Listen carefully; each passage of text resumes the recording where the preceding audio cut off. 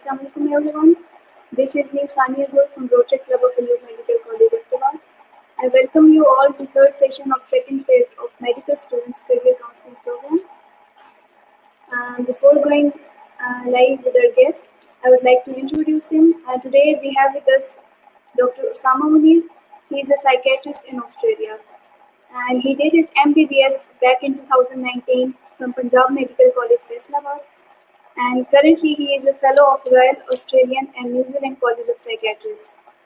He is also admin of Facebook group of Pakistani doctors in Australia. If you need any guidance, you can join his group. So we are going to take him live.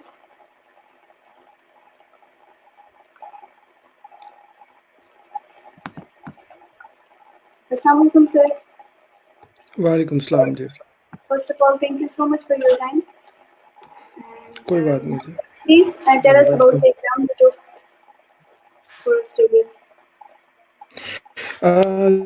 तो उससे पहले मैं आप लोगों को appreciate करना चाहिए, आप लोगों ने जो है इतना बेहतरीन काम किया स्टूडेंट्स की काउंसलिंग के लिए. और जैसे आपको पहले बताया, मैं Facebook group Pakistani doctors in Australia का एडमिन भी हूँ. तो अगर किसी का प्लान है कि वो ऑस्ट्रेलिया आना चाहते हैं तो बिल्कुल ये ग्रुप ज्वाइन कर सकते हैं. उसमें उन्हें काफ़ी यूज़फुल इंफॉर्मेशन मिलेगी.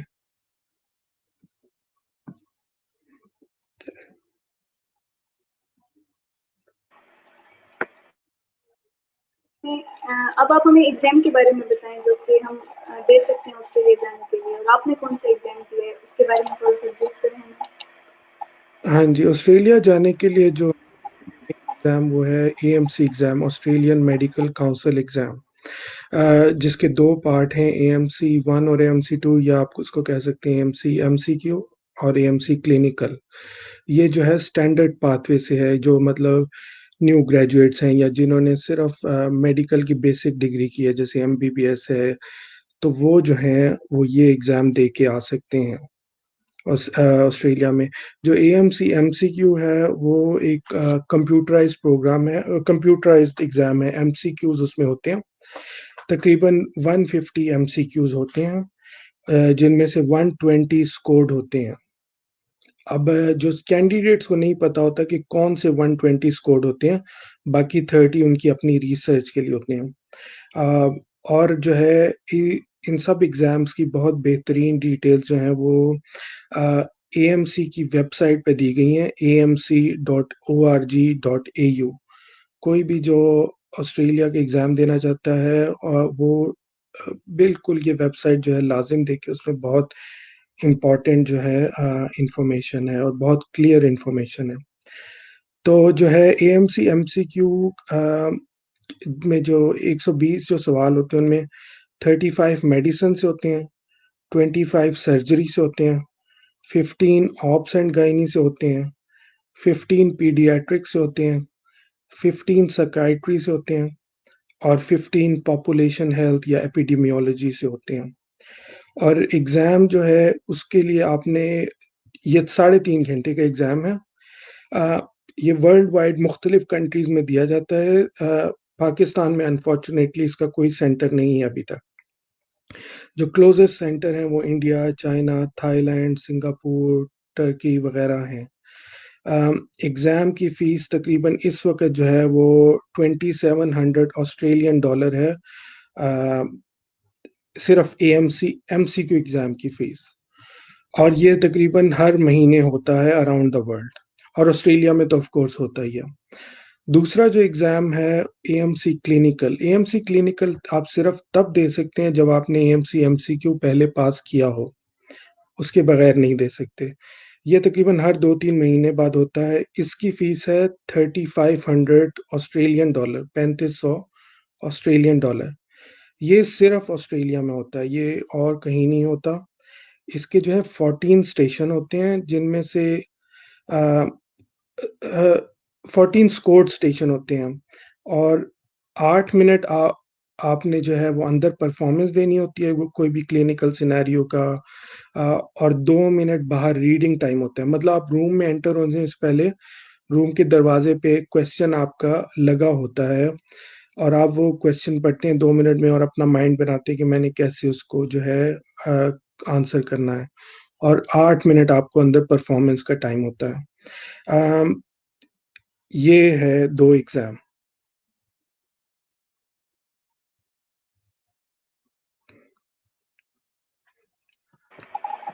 सर इन दोनों एग्जाम के दरमियान जो टाइम है उसके बारे में हमें बताएं कि कितना ड्यूरेशन होता है दोनों एग्जाम्स में। देखिए, एग्ज़ाम के दरमियान टाइम एज़ सच कोई नहीं है सिवाय आपका पास करने अगर आपने एएमसी एमसीक्यू पास कर लिया तो आप एएमसी क्लिनिकल के लिए अप्लाई कर सकते हैं और जनरली आपको 6 महीने के अंदर-अंदर टाइम मिल जाता है क्लिनिकल का भी। अम, ये इसलिए इतना कोई लंबा जो है गैप नहीं होता एग्ज़ाम्स के दरमियान टाइम का। एएमसी एमसीक्यू के लिए आपने जो है मुख्तलिफ चीज़ें पढ़ी जा सकती हैं। एक एएमसी की अपनी बुक है हैंडबुक ऑफ एएमसी एमसीक्यू, एक बुक है एनोटेटेड एमसीक्यू, एक है एंथोलॉजी ऑफ मेडिकल कंडीशंस। ये इसमें से पिक्चर्स करनी है, उसमें से अक्सर वो पिक्चर्स पूछ लेते हैं, कोई पिक्चर बनी होती है उसके बारे में। आपने पास पेपर्स करने हैं जो कि मुझे लाहौर का तो पता है, लाहौर में, फैसलाबाद में मुख्तलिफ बुक शॉप्स मिल जाते हैं मेडिकल कॉलेजेस की। अगर आप लोग चेक करें तो शायद अयूब मेडिकल कॉलेज की बुक शॉप में भी आपको ये बुक्स मिल जाएँ।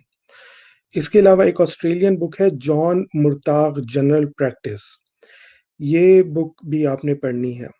अ, एटलीस्ट आपने रेफ़रेंस के लिए ताकि आपको पता लग जाए ऑस्ट्रेलिया में इस चीज़ को कैसे आप करते हैं। इसके अलावा एक फ़ेसबुक ग्रुप है जिसमें लोग काफ़ी पुराने एमसीक्यूज़ शेयर करते हैं। उसका नाम है एएमडेक्स, AMEDEX। ये ग्रुप है इसमें भी लोग काफ़ी जो है तैयारी करते हैं एमसी एमसीक्यू के लिए और वो पुराने क्वेश्चन शेयर करते हैं और उनको डिस्कस करते हैं। ये चीज़ें आपने पढ़नी है एएमसी एमसीक्यू एग्ज़ाम के लिए। जो एएमसी क्लिनिकल एग्ज़ाम के लिए है हैंडबुक ऑफ क्लिनिकल असेसमेंट ये भी आप को पाकिस्तान में मिल जाएगी मुख्तलिफ पंजाब में तो हैं मेडिकल कॉलेजेस की बुक शॉप में केपीके में भी होंगी इंशाल्लाह। आपने एक ग्रुप बनाना है स्टडी ग्रुप 3-4 लोगों का और आपने टाइम्ड प्रैक्टिस करनी है। आपने ऐसे प्रैक्टिस करनी है जैसे आप रियल एग्ज़ाम में हैं कि आपने 2 मिनट क्वेश्चन पढ़ा और 8 मिनट आपने उसको परफ़ॉर्म करना है और फिर अपने कलीग से फीडबैक लेना है कि ये जो है आपने कैसा परफ़ॉर्म किया है। अगेन आपने जॉन मुर्ताग जर्नल प्रैक्टिस जो है वो पढ़नी है क्योंकि इसमें काफ़ी यूज़फुल इन्फॉर्मेशन है स्पेशली ऑस्ट्रेलिया के हिसाब से। उसके अलावा मुख्तलिफ फ़ेसबुक ग्रुप्स पे कुछ नोट्स भी मिलते हैं। 1-2 फ़ेमस जो नोट्स हैं उनका नाम है कैरन नोट्स, KAREN और एक मरवान नोट्स, MARWAN। ये नोट्स मतलब इनमें से कोई एक कर लें और पास पेपर्स जो हैं आप 3-4 साल के करें तो जो है काफ़ी जो है चांसेस होते हैं पास होने के। तो ये जो है जनरल बेसिक इन्फॉर्मेशन है एएमसी एग्ज़ाम के लिए। जस्ट आपको एक जल्दी से मैं एलिजिबिलिटी क्राइटेरिया बता दूँ एग्ज़ाम में। एएमसी एमसीक्यू एग्ज़ाम के लिए आपको पास बेसिक मेडिकल डिग्री होनी लाज़िम है, एमबीबीएस जैसे है। उसके बाद आप अप्लाई कर सकते हैं उससे पहले नहीं कर सकते। ये आपकी बेसिक क्राइटेरिया है और फिर जो है आप नेक्स्ट सवाल पूछ लें।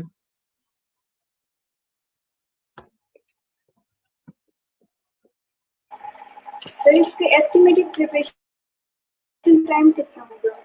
कितने ऐसे हम प्रिपरेशन इसकी देख शुरू कर सकते हैं अकॉर्डिंग टू? देखिए इसका कोई हार्ड एंड फास्ट रूल नहीं, ये सब हर कोई मुख्तलिफ होता है। लेकिन ये एक तो एक्सपेंसिव एग्ज़ाम है और फ़ॉरेन एग्ज़ाम है, आपको इसको लाइटली नहीं लेना चाहिए। अ, तो इसलिए मैं कहूँगा एटलीस्ट 6 महीने की सीरियस स्टडी बोथ एक-एक एग्ज़ाम के लिए होनी चाहिए, एटलीस्ट। और कुछ लोग शायद और मतलब आप देखें कि आपको 6 मंथ के बाद कैसा फ़ील होता है कि हाँ, मैं रेडी हूँ एग्ज़ाम के लिए या नहीं और उस हिसाब से। एक अच्छी बात जो है एएमसी एमसीयू की एग्ज़ाम की जब आप फ़ीस पे करते हैं तो वो आपको एक 12 मंथ का पीरियड दे देते हैं।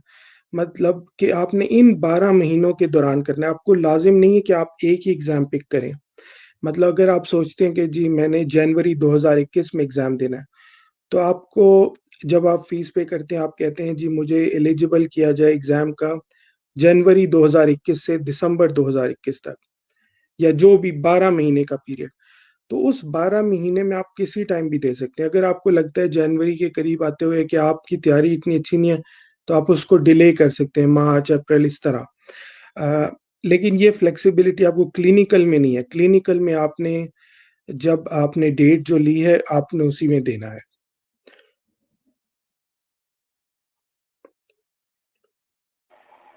सर एक साल में कितनी दफ़ा ये एग्ज़ाम कंडक्ट होता है और हम कितनी अटेम्प्ट्स में दे सकते हैं? जैसे आपने कहा कि अगर आपकी तैयारी नहीं है तो आप कुछ मंथ्स बाद दे सकते हैं, तो कोर कितने मंथ्स के कंप्लीट होते हैं और हम कितनी अटेम्प्ट्स दे सकते हैं? अच्छा, एएमसीक्यू, एमसीक्यू जो है वो तकरीबन हर महीने होता है, सिवाय दिसंबर, जनवरी में यहाँ क्रिसमस का पीरियड होता है, ईयर क्लोज़ होता है, तो उस वक़्त नहीं हो रहा होता। एएमसी क्लिनिकल तकरीबन हर 2 महीने बाद हो रहा होता है, लेकिन वो ऑस्ट्रेलिया में ही होता है। अभी तक एग्ज़ाम की कोई लिमिट नहीं है। आप जितनी दफ़ा मर्ज़ी एग्ज़ाम देना चाहें, दे सकते हैं जब तक आपका पास ना हो। लेकिन प्रॉब्लम ये है कि ये एक एक्सपेंसिव एग्ज़ाम है, तो फ़ाइनेंशियल बर्डन पड़ता है। तो सर हमें सब्जेक्ट्स की वेटेज के बारे में बताएँ कि कौन से सब्जेक्ट्स हैं जिनकी वेटेज ज़्यादा होगी एग्ज़ाम में? एएमसी 1 के अंदर कौन-कौन से सब्जेक्ट्स पे फ़ोकस करना चाहिए? अच्छा, ये मैंने पहले भी जो बताया था कि, और ये एएमसी की वेबसाइट पे भी क्लियरली लिखा हुआ है।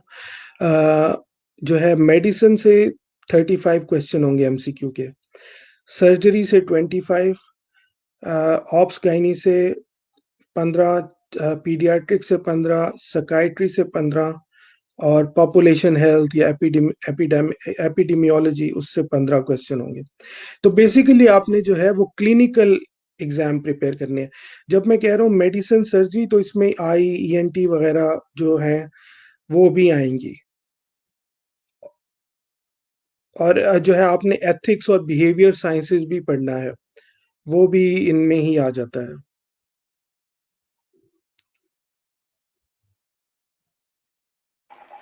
सर आपने और एएमसी एएमसी क्लिनिकल, जी जी, बोलिए। सर एएमसी क्लिनिकल एएमसी का टू आपने का, जो जी उसका एएमसी ड्यूरेशन टू में आपने बता दिया, तकरीबन, एएमसी 1 का ड्यूरेशन आपने बताया। हाँ जी, एएमसी क्लिनिकल जो है ना वो भी तकरीबन 3.5 घंटे का होता है, हर 2 महीने बाद होता है। होता सिर्फ ऑस्ट्रेलिया में है। और आपने जो है मतलब परफॉर्म करना होता है जो भी आपका क्वेश्चन होता है। और इसकी भी कोई नंबर ऑफ अटेम्प्ट्स नहीं है, कि, और दोनों एग्जाम की कोई एक्सपायरी भी नहीं है, कि अगर आपने एएमसी एमसीक्यू किया है तो वो जो है 10 साल बाद भी चलेगा। एएमसी एएमसी क्लिनिकल में इतना क्लियर नहीं है कि किस सब्जेक्ट से कितने जो है वो केसेस आएंगे। जनरली ऐसा होता है कि अ, एक साइकियाट्री से आ जाता है, एक ऑब्स गायनी से आ जाता है, एक पीडियाट्रिक से आ जाता है, 2-3 मेडिसिन से आ जाते हैं, 2-3 सर्जरी से आ जाते हैं। अमूमन इस तरह होता है।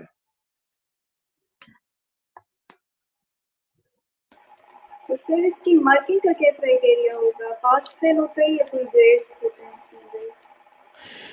अच्छा, एएमसी एमसीक्यू का जो है वो आपका पेपर होता है 500 नंबर का, आपने 250 मार्क्स लेने होते हैं।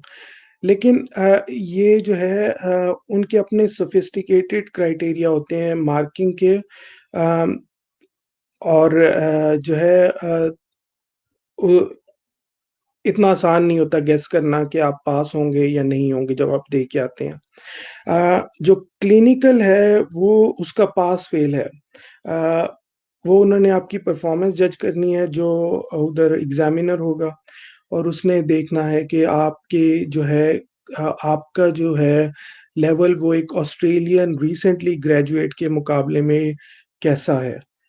तो अगर जो है कोई किसी को एएमसी क्लिनिकल से पहले ऑस्ट्रेलिया या वेस्टर्न कंट्री में जॉब मिले, तो वो काफ़ी हेल्पफुल होती है एग्ज़ाम पास करने के लिए, क्योंकि आपको पता लग जाता है कि ऑस्ट्रेलियन या वेस्टर्न सिडनी में मेडिसिन कैसे प्रैक्टिस होती है। तो सर MC1 के टोटल स्कोर आप कंपेयर 250 हमें जो है वो चाहिए क्वालिफाई करने के लिए, उसका टोटल स्कोर कितना है, टोटल मार्क्स कितने टोटल हैं? 500। तो 50%।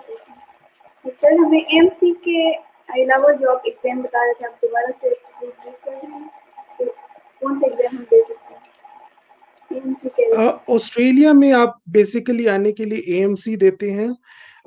जो है दूसरा जो तरीका है वो एक है कॉम्पिटेंट अथॉरिटी पाथवे।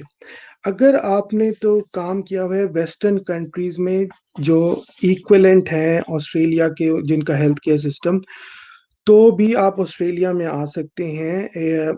लेकिन उसका कुछ स्ट्रिक्ट क्राइटेरिया है कि क्या आपने किया हो। ये आपको मेडिकल बोर्ड ऑफ ऑस्ट्रेलिया की वेबसाइट पे मिल जाएगा। मैं आपको ब्रीफली बता दूं, जो इंग्लैंड के लिए है, आपने प्लैब पास किया होना चाहिए, और आपने या तो 12 मंथ सुपरवाइज ट्रेनिंग की हो, जो कि उनकी इंटर्नशिप के इक्विवेलेंट होती है, या फिर आपने सक्सेसफुली जो है फाउंडेशन ईयर 1 किया हो कंप्लीट। जो है उसके अलावा कनाडा के लिए है, अगर आपने कनाडा में उनके LMCC एग्जाम पास किए हैं और उसके अलावा आपने 12 मंथ पोस्ट ग्रेजुएट ट्रेनिंग की है, तो आप उस बेसिस पे भी ऑस्ट्रेलिया में आ सकते हैं। तीसरा है यूएसए का, अगर आपने MLE के तीनों पार्ट्स पास किए हुए हैं और उसके अलावा आपने या तो 2 ईयर काम किया हो इन अ रेजिडेंसी प्रोग्राम, और या फिर जो है आपने 2 ईयर रेजिडेंसी प्रोग्राम में काम किया हो, तो आप जो है उसकी बेसिस पे ऑस्ट्रेलिया में आ सकते हैं काम करने। तो वो आपको रजिस्ट्रेशन मिल जाती है। चौथा है न्यूजीलैंड के एग्ज़ाम, अगर आपने पास किए हों और आपने न्यूजीलैंड में रोटेटिंग इंटर्नशिप की हो, तो वो आप आ सकते हैं। और पांचवा है, अगर आप आयरलैंड के ग्रेजुएट हैं, मतलब आपने ग्रेजुएशन भी आयरलैंड से की हो और आपने इंटर्नशिप भी आयरलैंड में की हो, तो आप आ सकते हैं। उसको कहते हैं कॉम्पिटेंट अथॉरिटी पाथवे।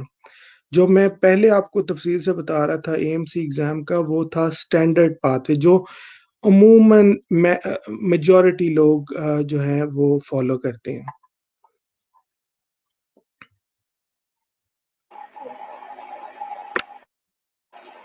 सर हमें इस एग्ज़ाम के प्रोज एंड कॉन्स के बारे में बताएं कि कैसे ये एग्ज़ाम बाकी एग्ज़ाम से बेहतर है, फॉर एग्जाम्पल यूएसएमएलई से प्लैब से किस तरह बेहतर है, ऑस्ट्रेलिया किस तरह बेहतर है मेडिसिन के लिहाज से।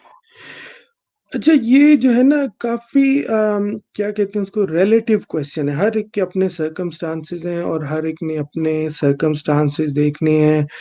हर एक के लिए ऑस्ट्रेलिया बेस्ट नहीं है और हर एक के लिए ऑस्ट्रेलिया बुरा भी नहीं है। तो ये आप हर एक ने अपने अपने सर्कमस्टांसेस देखने हैं। जो कुछ अच्छी बातें ऑस्ट्रेलिया की, जनरली जो है फ्रेंडली कंट्री है, सैचुरेशन कम है, अभी भी कभी भी उनको लोग चाहिए, लेकिन आहिस्ता आहिस्ता थोड़ा मुश्किल होता जा रहा है, क्योंकि उनके अपने लोकल ग्रेजुएट्स काफ़ी आ रहे हैं। इसके अलावा जो है मतलब जो है एक मैंने सुना था, जो इंग्लैंड से काफ़ी लोग माइग्रेट करके ऑस्ट्रेलिया आ जाते हैं, क्योंकि वो उनको वेदर का बहुत प्रॉब्लम होता है इंग्लैंड में। तो ऑस्ट्रेलिया में जो है वेदर काफ़ी बेहतर है। उसके अलावा ऑस्ट्रेलिया में वीज़ा लेने का आपको इतना मसला नहीं होता जब आपको जॉब मिल जाए।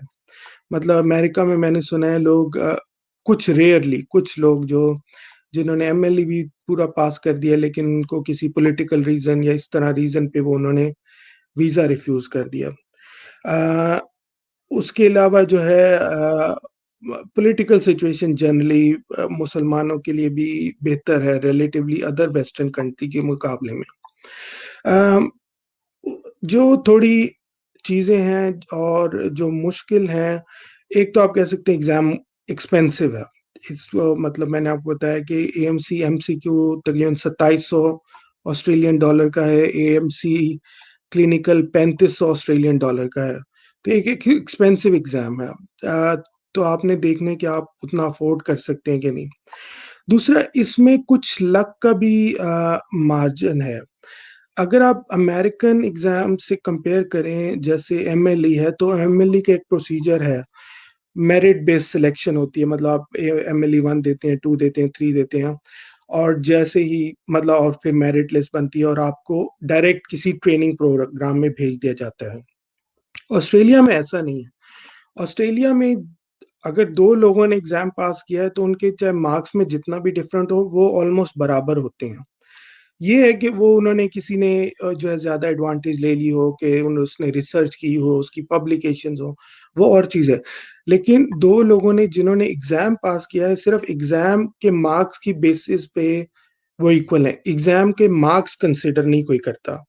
तो एक बंदा जो 250 या 51 लेके पास हो रहा है, वो और 300 और 350 वाला तकरीबन बराबर है। लक का कुछ फैक्टर होता है कि आप जो है और कितनी आपकी आप कितना परसू करते हैं एक्टिवली। और जो है इसके अलावा ऑस्ट्रेलिया में ट्रेनिंग से पहले ट्रेनिंग में एंटर होने से पहले आपको जनरल रजिस्ट्रेशन चाहिए होती है एप्रा के साथ। एप्रा है Australian health practitioners regulation agency, जो कि ऑस्ट्रेलियन इक्विवेलेंट है पीएमडीसी का। तो जनरल रजिस्ट्रेशन आपको मिलती है कम अज कम आपने ऑस्ट्रेलिया में 1 साल काम किया हो, कम अज कम। उसके बाद आप स्पेशलिस्ट कॉलेजेस को अप्लाई कर सकते हैं कि मैं स्पेशलाइजेशन करना चाहता हूँ, और फिर वो कॉलेज आपको एक्सेप्ट करता है या नहीं करता।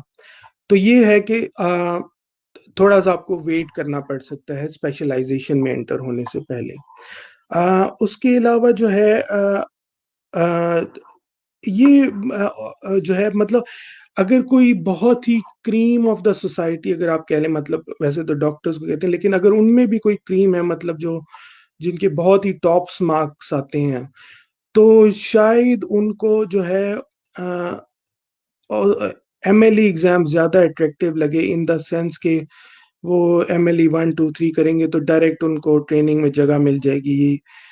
अ, ऑस्ट्रेलिया में ऐसा नहीं है। ऑस्ट्रेलिया में आपने हार्ड वर्क करना है, अप्लाई करना है बहुत सी जगहों पे, फिर आपको इंटरव्यू कॉल्स आएंगी, फिर उसके बाद आप को मिलेगी जॉब।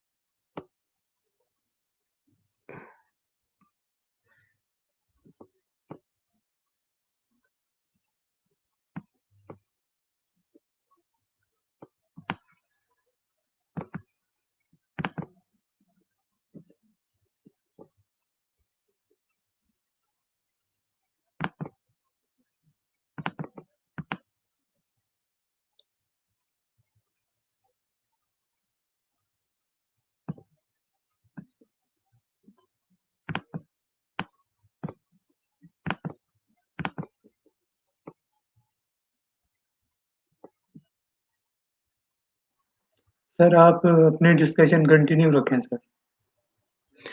अच्छा, उसके अलावा जो है मैं आपको कुछ थोड़ा सा बता दूं कि आपको इंग्लिश लैंग्वेज एग्जाम्स जो हैं वो भी पास करने होते हैं जॉब से पहले। के मुख्तलिफ एग्ज़ाम हैं। अगेन उनका जो वो है, आपको स्पेसिफिक नंबर ऑफ मार्क्स लेने होते हैं एग्ज़ाम में, जिस उन इंग्लिश एग्ज़ाम में जॉब मिलने से पहले मुख्तलिफ एग्ज़ाम दिए जाते हैं। जैसे आइल्स एकेडमिक है, ओईटी एकेडमिक है, occupational English test, PTE academic है, और टॉफल है।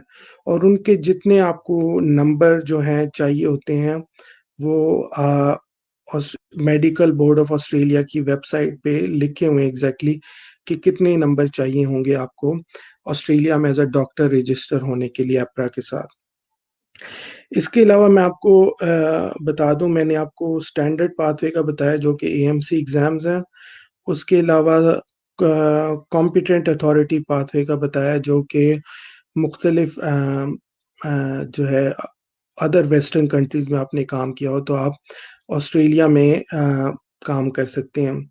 उसके अलावा जो है तीसरा एक पाथवे है, वो है standard with work place based assessment. जो वर्क प्लेस बेस्ड असेसमेंट होती है वो बेसिकली एक ऑल्टरनेटिव है, ऑल्टरनेटिव है आपके एएमसी क्लिनिकल एग्जाम के मुकाबले में।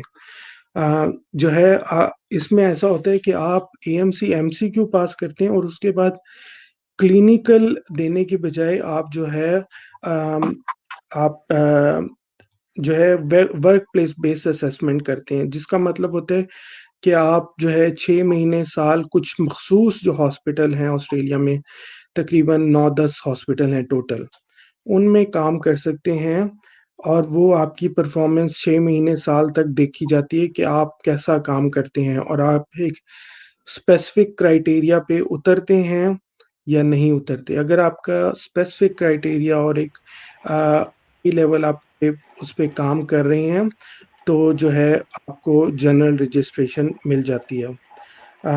ये है alternative work place based assessment का। और इसके अलावा मैं आपको जो है ये भी बता दूं कि जो प्रोसेस कहाँ से स्टार्ट होता है। प्रोसेस स्टार्ट होता है जब आपने मेडिकल की अपनी डिग्री ली है, एमबीबीएस की डिग्री ली है, उसके बाद आपने एएमसी वेबसाइट पे amc.org.au पे अपना पोर्टफोलियो बनाना होता है या अकाउंट बनाना होता है। इसकी $500 फीस है, $500 फीस है। और इसके अलावा आपने एक काम साथ ही करना होता है कि आपने अपनी आपकी एमबीबीएस डिग्री को अटेस्ट करना होता है, लेकिन वो आपने नहीं करा, आपने पाकिस्तान से नहीं कराना होता, वो जो है आपने ऑनलाइन करवाना होता है, जिसके लिए मैं आपको बता देता हूँ। उसको कहते हैं ECFMG, ई एपिक जो है ये अमेरिका का इदारा है जो डिग्रीज अटेस्ट करता है कि आपकी डिग्रीज असली हैं या नहीं। इसकी वेबसाइट है ECFMG-EPIC, electronic portfolio of international credentials है। वो जो है उनको आपने ऑनलाइन अपनी डिग्री भेजनी होती है इस वेबसाइट पे जाके अपना अकाउंट बनवा के, और जो है आपने जो है वो जो है आपके कॉलेज को आपकी डिग्री भेजते हैं और कंफर्म करते हैं कि आपकी डिग्री असली है कि नहीं। वो जो है आपसे तकरीबन $200 फीस लेते हैं।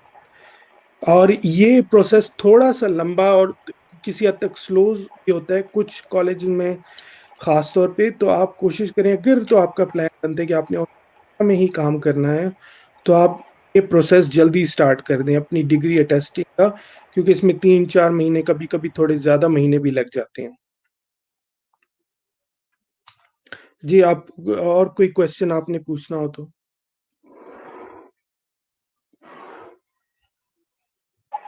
सर, हमें कॉम्पिटिटिव स्पेशलिटीज के बारे में बताएं जो जिनका ट्रेंड ज़्यादा है, जिनमें कंपटीशन ज़्यादा होता है। हाँ जी, क्योंकि मैंने आपको बताया जैसे ऑस्ट्रेलिया में जो है अब उनके लोकल ग्रेजुएट्स भी आ रहे हैं तो कंपटीशन काफ़ी ज़्यादा हो गया है। कुछ स्पेशलिटीज़ में कंपटीशन काफ़ी ज़्यादा है, जैसे कि जो है ऑप्थेल्मोलॉजी में, ऑर्थोपीडिक्स में, पैथोलॉजी में, इनमें सर्जरी में भी कंपटीशन काफ़ी है। ये है जो अभी तक रिलेटिवली जिनमें कंपटीशन रिलेटिवली कम है, वो है ऑब्स गायनी है, साइकियाट्री है, रेडियोलॉजी है, जनरल प्रैक्टिस है, और किसी हद तक फिजिशियन ट्रेनिंग भी है, मेडिसिन यानी। और सर, हमें ये भी बताएं कि कितना स्कोर हो तो कौन सी रेजिडेंसी के लिए अप्लाई करना चाहिए, कि आपको इजीली वो रेजिडेंसी मिल जाए वहाँ पे विदाउट एनी कंपटीशन और लेस कंपटीशन। नहीं, देखिए जैसे मैंने आपको पहले बताया, ऑस्ट्रेलिया में स्कोर का चक्कर नहीं है, ऑस्ट्रेलिया में पास फेल है। जब आपने एग्जाम पास कर दिए तो आप तकरीबन बराबर हैं दूसरे इंसान के। लेकिन सिर्फ ये है कि आप जो है आपने मुख्तलिफ आपकी जो मतलब आपका जो इंक्लिनेशन है, आपने उस कॉलेज में अप्लाई करना है। और यहाँ इस हिसाब से मेरिट सिस्टम नहीं है कि जैसे अमेरिका में मेरिट बनता है तो सबसे ऊपर वाले एक फील्ड में चल जाते हैं, उसके बाद दूसरी तीसरी। ये आपकी इंक्लिनेशन पे है, आप किस में जाना चाहते हैं और आपने अप्लाई किया है। लेकिन जैसे मैंने आपको बताया कि ये कुछ जो है ऑप्थेल्मोलॉजी, ऑर्थोपेडिक्स, पैथोलॉजी ये जो हैं ज़्यादा कॉम्पिटिटिव हैं। और इसमें जब आप अप्लाई करते हैं तो ट्रेनिंग में जाने के लिए तो आपका इंटरव्यू होता है, उसकी वेटेज होती है। अगर आपने कोई रिसर्च की हो, पब्लिकेशंस की हो तो वो ऑफ कोर्स आपको हेल्पफुल होती हैं। ओके सर, एग्जाम क्वालिफाई करने के बाद अब रेजिडेंसी का प्रोसीजर ब्रीफ कर रहे हैं। हाँ जी, तो एग्ज़ाम जब आपने आपको एएमसी, एमसीक्यू के बाद भी जॉब मिल सकती है। लेकिन थोड़ा ये कम होता जा रहा है क्योंकि कॉम्पिटिशन बढ़ रहा है। तो अब कुछ लोगों को एएमसी क्लिनिकल के बाद अ, तक भी वेट करना पड़ता है और कुछ को थोड़ा ज़्यादा भी वेट करना पड़ता है।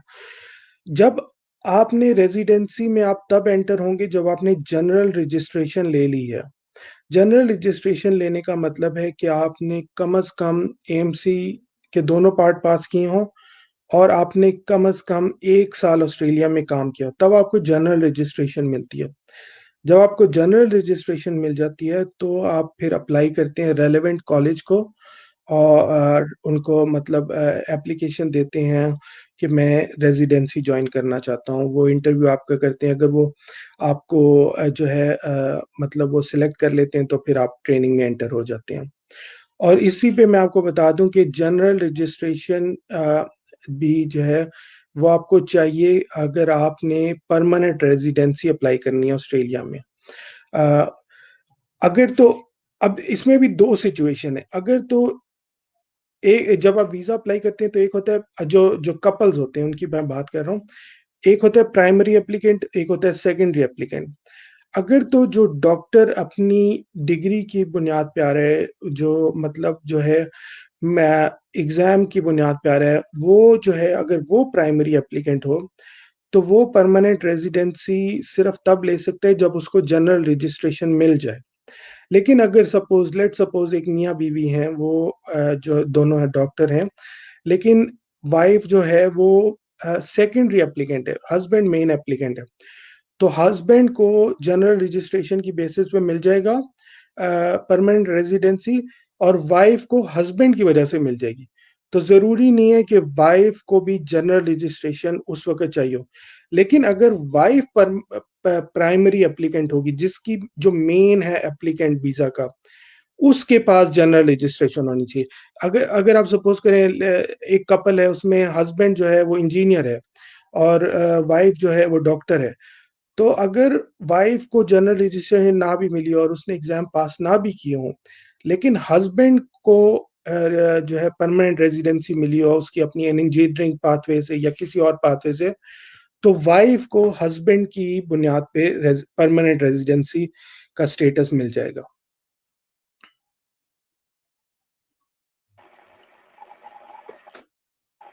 ओके सर, अब हमें बताएं ट्रेनिंग का ड्यूरेशन कितना होता है। अच्छा, ट्रेनिंग जो है वो मुख्तलिफ फ़ील्ड्स में मुख्तलिफ ईयर्स है। जो है जनरल प्रैक्टिस में है तकरीबन 4 साल की ट्रेनिंग है। साइकियाट्री में 5 साल की है। ऑब्स गायनी में 6 साल की ट्रेनिंग है।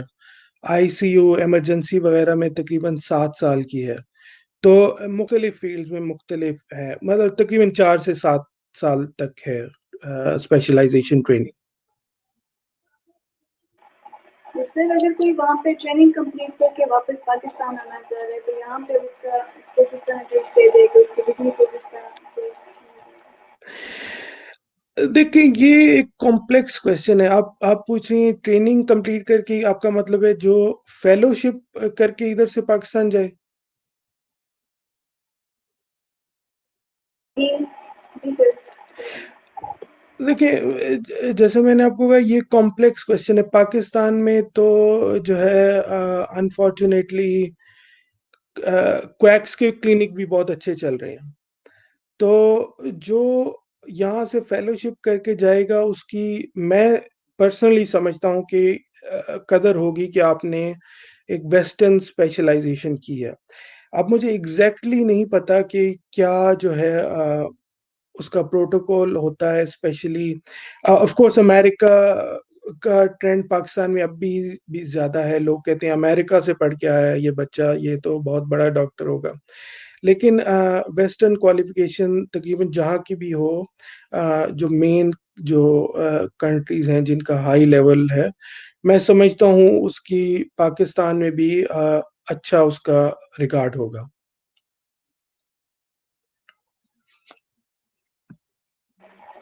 सर, इस एग्जाम का बाकी कंट्रीज के अंदर क्या स्कोप है? वहाँ पे यूरोपियन कंट्रीज के अंदर और अमेरिका के अंदर एम्स?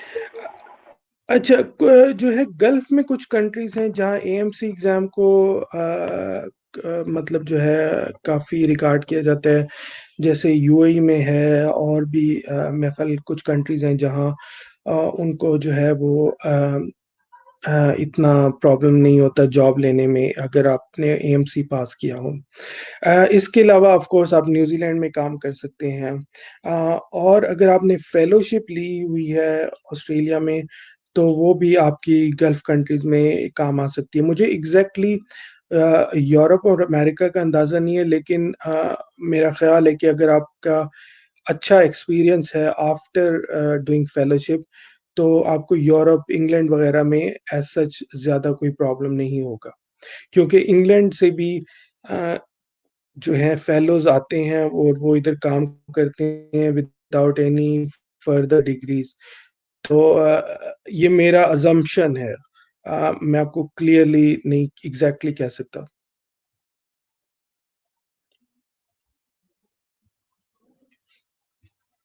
हाँ जी।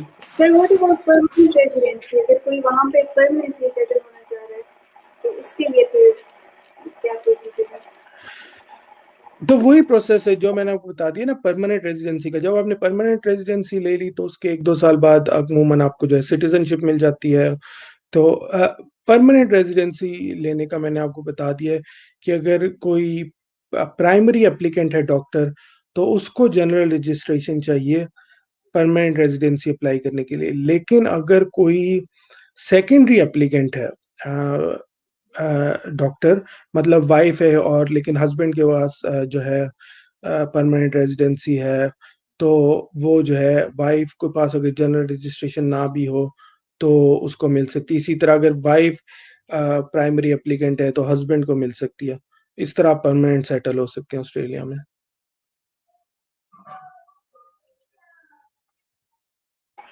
सर, सैलरी का क्या क्राइटेरिया है? अच्छा, सैलरी का भी थोड़ा जो है ना मुख्तलिफ ऑस्ट्रेलिया की स्टेट्स में थोड़ा सा फ़र्क है, ज़्यादा फ़र्क नहीं है। अगर मैं आपको रफ एस्टिमेट बताऊं तो तकरीबन आप जो है एक junior doctor, starting junior doctor, वो तकरीबन महीने का 5 से 6 हज़ार डॉलर टैक्स के बाद घर ले जाता है। लेकिन इससे आप जो है, हम लोग भी जब पाकिस्तान में थे तो हम उसको कैलकुलेट करते थे कि 5-6 हज़ार डॉलर का मतलब है 5-6 लाख रुपया, तो हम तो बहुत अमीर होंगे। लेकिन आप ये भी याद रखें कि आपने अगर 5,000 डॉलर कमाना है तो आपने खर्च भी डॉलर में करना है। Australia, just like most of the other countries like England, America, expensive country है, लेकिन डॉक्टर्स काफ़ी अच्छा पेड होते हैं। तो मैंने आपको बता दिया, जो जूनियर डॉक्टर की सैलरी वो तकरीबन 5-6 हज़ार महीने से स्टार्ट होती है। जो स्पेशलिस्ट की सैलरी है वो तकरीबन 8-9 हज़ार डॉलर से ज़्यादा होती है, 10-12 हज़ार डॉलर महीने की होती है। और जब जूनियर डॉक्टर होते हैं आप, तो आप ओवर टाइम भी करते हैं तो उसकी अलग अलग आपको पे मिलती है, क्योंकि आपको जनरली आपने 38 to 40 आवर्स वीक जो है आपने जॉब करनी होती है। उसके ऊपर जो आवर करते हैं वो उसकी आपको अलग ओवर टाइम पे मिलती है, उसका हाई रेट होता है।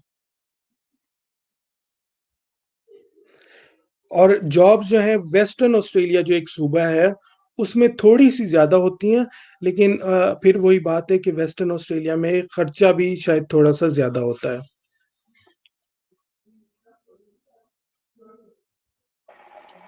क्योंकि सर, अब हमें बताएं कि जो स्पेशलाइजेशन के बाद ऑस्ट्रेलिया जाना चाह रहे हैं, पाकिस्तान में स्पेशलाइजेशन करके बाहर जाना चाह रहे हैं, या किसी और कंट्री से स्पेशलाइजेशन करके ऑस्ट्रेलिया जाना चाह रहे हैं, तो उनके लिए कौन से एग्जाम है टेस्ट और क्या प्रोसीजर है? अच्छा, जो मैंने आपको 2 पाथवेज़ पहले बताई थी, एक स्टैंडर्ड, एक कॉम्पिटेंट अथॉरिटी पाथवे। तीसरी पाथवे स्पेशलिस्ट पाथवे, जो पहले से ही स्पेशलिस्ट हैं। तो स्पेशलिस्ट पाथवे का ये होता है कि आपकी कोई स्पेशलिस्ट ट्रेनिंग प्रोग्राम हो और उनका कोई एग्ज़िट एग्ज़ाम हो, जैसे कि एफसीपीएस का है। अ, उसमें आपने वही प्रोसेस करना होता है। सबसे पहले आपने एएमसी पे अपना पोर्टफोलियो बनाना होता है, अपना अकाउंट बनाना होता है और जो है आपने एपिक जो है, जो मैंने आपको बताया, अ, जो आपकी डिग्रीज़ चेक करते हैं, वो उनको आपने अपनी डिग्री भेजनी होती है अटेस्ट करने के लिए। तो वो जो है आपकी डिग्री अटेस्ट करते हैं और बताते हैं कि आपकी डिग्री ठीक है या नहीं है। तो ये है जो इनिशियल प्रोसेस है। उस वक़्त फिर आपने जो है अपने रेलेवेंट कॉलेज को अप्लाई करना होता है, जिसमें आपकी स्पेशलाइज़ेशन है। जो मतलब जैसे अगर आप ऑब्स्ट-गायनी हैं के स्पेशलिस्ट हैं, तो आपने royal Australian and New Zealand college of obstetrics and gynaecology को अप्लाई करना है कि मैं एफसीपीएस ऑब्स-गायनी हूँ, मैं ये करना चाहती हूँ। या अगर आप साइकियाट्रिस्ट हैं, आपने royal Australian and New Zealand college of psychiatrist को अप्लाई करना है और आपने उनको बताना है कि मैं इसमें इंटरेस्टेड हूँ। तो उसका जो है प्रोसीजर अगेन आप लोग जो है वो देख सकते हैं रेलेवेंट कॉलेज की वेबसाइट पे। अगर आप गूगल पे जाएँ और लिखें जो आपका रेलेवेंट कॉलेज बनता है, royal Australian and New Zealand college of psychiatrist या royal Australian and New Zealand college of obs-gynae या कॉलेज ऑफ फिजिशियन, वो लिखें तो उसमें लिखा हुआ है एग्ज़ैक्टली क्या क्राइटेरिया है और क्या प्रोसेस है। इसका सबसे पहले वो आप जो है अपनी ये डिग्री वगैरह वेरीफ़ाई करवाते हैं, आप उनको उस रेलेवेंट कॉलेज को अप्लाई करते हैं। उसके बाद जो है इंटरव्यू होता है आपका। उसके बाद 3 मुख्तलिफ रिज़ल्ट आ सकते हैं। एक होता है नॉन कंपेरेबल, जब वो कहते हैं कि जी आपका एक्सपीरियंस बिल्कुल ऑस्ट्रेलिया से कंपेरेबल नहीं है, हम आपका कुछ एक्सेप्ट नहीं कर सकते। आप स्पेशलिस्ट पाथवे से नहीं जा सकते। अ, दूसरा है पार्शियली कंपेरेबल, वो कहते हैं चलें जी आपकी थोड़ी-सी ट्रेनिंग हम एक्सेप्ट कर लेते हैं, लेकिन आपको 1-2 साल की और ट्रेनिंग करनी है, कुछ एग्ज़ाम देने हैं, तो हम आपको ऑस्ट्रेलिया की फेलोशिप दे देंगे। मतलब आपको उसको पूरी जो है वो ट्रेनिंग नहीं करनी होती 6 साल की, आपको 1-2 साल की करनी पड़ जाती। तीसरी होती है जो कि ये जो दूसरी है ये मोस्ट कॉमनली लोगों को मिलती है, पार्शियली कंपेरेबल। तीसरी है सब्सटैंशियल कंपैरेबिलिटी, वो कहते हैं कि जी आपका एक्सपीरियंस तो बहुत अच्छा है, आपने बहुत काम किया हुआ है और जो है बड़ा हमारे इक्विवेलेंट है हमारे फेलो से, तो आप जो है ऑस्ट्रेलिया में 1 साल काम कर लें, तो हम आपको उसके बाद ऑस्ट्रेलियन फेलोशिप दे देंगे। ये 3 हैं। इनका तकरीबन जो है वो कॉस्ट इस प्रोसेस की तकरीबन 5-6 हज़ार ऑस्ट्रेलियन डॉलर आती है। कुछ कॉलेजेस जो हैं वो आपका इंटरव्यू ऑनलाइन भी कर लेते हैं कि मतलब आपको ऑस्ट्रेलिया ना आना पड़े। लेकिन कुछ कॉलेजेस वो कहते हैं कि आपने इधर आके ही इंटरव्यू देना है, पैनल को मतलब 5-6 लोग बैठे होंगे। जैसे ऑब्स एंड गायनी के जो हैं वो मेरा ख़्याल है अभी भी जो है वो फेस टू फेस इंटरव्यू करते हैं कि आपको ऑस्ट्रेलिया में आना पड़ेगा और इंटरव्यू देना पड़ेगा। जब आपको पार्शियली कंपेरेबल या सब्सटैंशियल कंपैरेबिलिटी मिल जाती है, तो उसके बाद आप जो है अप्लाई करते हैं जॉब्स के लिए मुख्तलिफ हॉस्पिटल्स में और फिर जो है जो आपको अगर कहीं जहाँ से ऑफ़र आती है, फिर आप जो है वहाँ जॉइन करते हैं, रजिस्ट्रेशन के लिए अप्लाई करते हैं। ये प्रोसेस है। और इसी में मैं आपको बता दूँ कि अगर किसी का प्लान है स्पेशलिस्ट पाथवे से आने का, तो उनको चाहिए कि वो जो है अपनी जो लॉग बुक वग़ैरह पूरी अपडेट रखें, जो-जो भी उनकी असेसमेंट्स हुई हैं, मंथली या ईयरली, उन सब का रिकॉर्ड साथ-साथ रखते जाएँ। अभी मेरी आज ही बल्कि ऑब्स्टेट्रिशियन से बात हुई थी जो पाकिस्तान से ही हैं, तो उन्होंने मुझे बताया कि मिनिमली इन्वेसिव सर्जरी जो है उसमें पाकिस्तानी लैब काफ़ी करते हैं, तो वो जो है इंटरव्यू में थोड़ा वो आपके नेगेटिव में जाता है। तो इसलिए आप जो अगर कोई ऑब्स गायनी में स्पेशलाइज़ेशन कर रहा है या करके आना चाहता है, तो उनको चाहिए कि मतलब वो जो है log book of course maintain करें। उसके अलावा देखें कि उनको मिनिमली इन्वेसिव सर्जरी में क्या कोई एक्सपीरियंस मिल सकता है। मतलब 1 साल का कोई डिप्लोमा या फेलोशिप इंग्लैंड या अमेरिका से कर, तो वो आपको काफ़ी जो है वो बेनिफिशियल होगी। और अगेन वही मैं आपको बता दूँ कि गुड मार्केट जो इस वक़्त है वो ऑब्स गायनी की है, रेडियोलॉजी की है, साइकियाट्री की है, और जो जिसमें बहुत ज़्यादा कॉम्पिटिशन है ऑप्थेल्मोलॉजी, ऑर्थोपेडिक्स, पैथोलॉजी, इनमें कॉम्पिटिशन काफ़ी टफ है।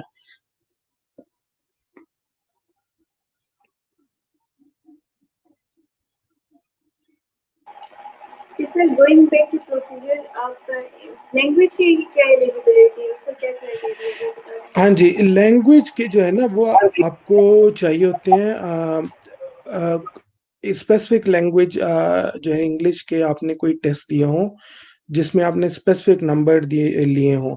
नाउ ये सारा criteria medical board of Australia की वेबसाइट पे मौजूद है इंग्लिश लैंग्वेज रिक्वायरमेंट का। लेकिन मैं आपको जस्ट ब्रीफली बता दूं कि 4 मुख्तलिफ एग्ज़ाम हैं जिनमें जो इंग्लिश के हैं जिनमें से आपको ये एक दे दें और रिक्वायर्ड मार्क्स आपके आ जाएँ तो आप रजिस्ट्रेशन के लिए अप्लाई कर सकते हैं। एक तो है आइल्स एकेडमिक, दूसरा है ओईटी ऑक्यूपेशनल इंग्लिश टेस्ट, तीसरा है पीटीई एकेडमिक, और चौथा है टॉफल। अब मैंने जो है काफ़ी लोगों से बात की और उनका कहना है कि रिलेटिवली ओईटी और पीटीई जो है वो एग्ज़ाम ईज़ियर हैं मार्क्स लेने के लिए। और जब आपने वीज़ा के लिए अप्लाई करना है तो उस वक़्त भी आपने जो है वो जो है आपको इंग्लिश लैंग्वेज टेस्ट पास होना चाहिए। लेकिन उन उसका स्कोरिंग उसमें काफ़ी कम स्कोर चाहिए होता है। मेन जो थोड़ा ज़्यादा स्कोर चाहिए होता है वो आपने एपरा की रजिस्ट्रेशन के लिए चाहिए होता है।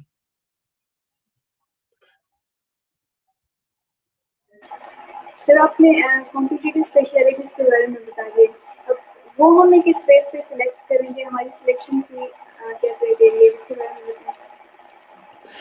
मुझे रिपीट कर दें ज़रा क्वेश्चन। सर क्वेश्चन ये है कि हमारी सिलेक्शन किस बेसिस पे होगी, फॉर एग्जांपल रिसर्च ज़्यादा हो जिसकी उसको प्रेफर करेंगे, या इस तरह जिसके पेपर्स पब्लिश में हो, इसका क्या प्रोसीजर है। जो आपने पहली job as a junior doctor लेनी है उसके लिए?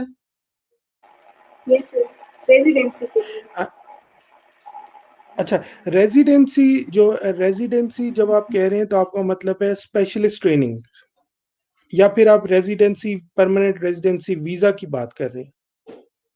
सर ट्रेनिंग की बात कर रहे हैं। हाँ जी, तो जो है ना एक तो ऑफ कोर्स मैंडेटरी रिक्वायरमेंट है जनरल रजिस्ट्रेशन विद एपरा, वो आपके पास होनी चाहिए। फिर ही आप जो है अप्लाई कर सकते हैं और एक्सेप्ट हो सकते हैं। दूसरी आपको चीज़ है, ऑफ कोर्स आपकी पब्लिकेशंस हेल्प करती हैं। तीसरी जो है आपने उस फील्ड में काम किया हो पहले, मतलब अगर आप साइकियाट्री की स्पेशलाइज़ेशन में अप्लाई कर रहे हैं तो अगर आपने साइकियाट्री में काम किया हो पहले तो वो बेनिफिशियल होता है। और जो चीज़ें पहली जॉब के लिए जो मतलब स्पेशलाइज़ेशन से पहले भी जो आपको जॉब चाहिए होती है, उसके लिए जो चीज़ें इम्पोर्टेंट हैं उसमें एक चीज़ होती है रीसेंसी ऑफ प्रैक्टिस, कि आपका गैप ज़्यादा ना हो। मतलब आप जिसको कहते हैं फ़ारिग ना बैठे हों, आपकी जो सीवी वो देखें तो वो देखें कि जी आप तो मुसलसल काम करते रहे हैं। क्योंकि ये एक नोन फैक्ट है कि अगर आपने काम छोड़ दिया, आप फ़ील्ड से बाहर निकल गए हैं, मतलब आप काम नहीं कर रहे, मतलब आप कुछ और कर रहे हैं, आपने बिज़नेस करना शुरू कर दिया, आप एज़ अ डॉक्टर जॉब नहीं कर रहे, तो आपकी स्किल्स जो हैं वो क्रूड हो जाती हैं, आपकी नॉलेज वग़ैरह। तो जो है इसलिए आपने कोशिश करनी है कि आपकी रीसेंसी ऑफ प्रैक्टिस हो, कि आपका ज़्यादा गैप ना हो जब भी आप जॉब अप्लाई करें। और आपने रीसेंट लास्ट 6 मंथ, 12 मंथ्स में काम किया हो। ये काफ़ी इम्पोर्टेंट है। उसके अलावा जितने ज़्यादा आपने एएमसी एग्ज़ाम पास किए हों, उतनी ही एडवांटेज है। जो एएमसी क्लिनिकल पास करेंगे उनको जनरली एडवांटेज है, जिन्होंने सिर्फ़ एक एग्ज़ाम पास किया है। उसके अलावा जैसे आपने भी बताया कि रिसर्च और पब्लिकेशन का भी एक अच्छा इम्पैक्ट पड़ता है। और अगर आपके पास वेस्टर्न एक्सपीरियंस है, उसका भी अच्छा इम्पैक्ट पड़ता है। कि आपने उन सिस्टम में काम किया हुआ है, जो कि कंपेरेबल हैं? सर, आप अपनी कोई पर्सनल टिप्स शेयर करना चाह रहे हैं, कोई एक्सपीरियंस हमसे शेयर करना चाहें तो? अच्छा, पर्सनल टिप तो यही है कि एक तो फर्स्ट ऑफ ऑल आप लोग जो है डिसाइड करें कि आपने क्या करना है। रश डिसीजन ना करें, कोई बहुत तेजी से डिसीजन ना करें। जो है पूरे वेस्ट में ही जॉब्स आहिस्ता आहिस्ता कंपेटिटिव होती जा रही हैं। उसके अलावा कुछ इश्यूज हैं पॉलिटिक्स का, कुछ तो आपने सारा कुछ जो है सारे पीसेस ऑफ पजल देख के आपने डिसाइड करना है कि आपने कहाँ जाना है। आपने ये भी देखना है आपकी सैलरी कैसी है, आपने ये भी देखना है कि उस जगह पे जो है पाकिस्तानियों के साथ या मुसलमानों के साथ क्या बर्ताव हो रहा है, एनवायरनमेंट कैसी है। आपने जो है वेदर को भी काउंट करना, आपने ये सब देख के जो है फिर आप जो है डिसाइड करें। एएमसी जो है पाथवे थोड़ी महंगी है बाकियों के निस्बत, लेकिन ऑफ कोर्स जब आपको जॉब मिल जाती है वो आपका सारा कवर हो जाता है, वो सारा इररेलेवेंट हो जाता है एक दफा आपको जॉब मिल जाए। दूसरी बात है आपने जो है ये नहीं सोचना कि एएमसी या एमएलई या प्लैब या कोई भी चीज दुनिया की आखिरी चीज है कि अगर मेरा एएमसी ना हुआ तो बस जिंदगी खत्म हो गई, या एमएलई ना हुआ तो जो है जिंदगी खत्म हो गई। जो है वो कहते हैं गिरते हैं शहसवारी मैदान जंग में। तो आपने जो है अगर आपका जिस पे आप डिसाइड करें फिर उस पे आप जो है वो बिल्कुल बहुत स्ट्रॉन्ग इंटेंट से आप उसको परस्यू करें। ये चीजें हाफ हार्टेडली नहीं होती हैं। मतलब आप कहें कि चलो मैं शायद ऑस्ट्रेलिया चल जाऊं, नहीं तो कहीं और चल जाऊं। देखिए ये बहुत महंगा एग्जाम है, और इवन अदर कंट्रीज आपको आपने अपना करियर बनाना है, तो आपको जो है फुल फ्लेज मेहनत के साथ जाना पड़ेगा। और जो है उसके अलावा जो है आपको देखना पड़ेगा कि जो है आप अगर किसी का प्लान है ऑस्ट्रेलिया का तो ये बेटर है कि वो जल्दी ऑस्ट्रेलिया आने की कोशिश करें, बजाय डिले के, बजाय ये सोचें कि चलो मैं 5-7 साल बाद करूंगा, क्योंकि आहिस्ता आहिस्ता यहाँ भी सेचुरेशन हो रही है। क्योंकि इनके लोकल ग्रेजुएट्स आ रहे हैं तो कंपटीशन टफ हो रहा है, और आहिस्ता आहिस्ता कंपटीशन और टफ होता जाएगा।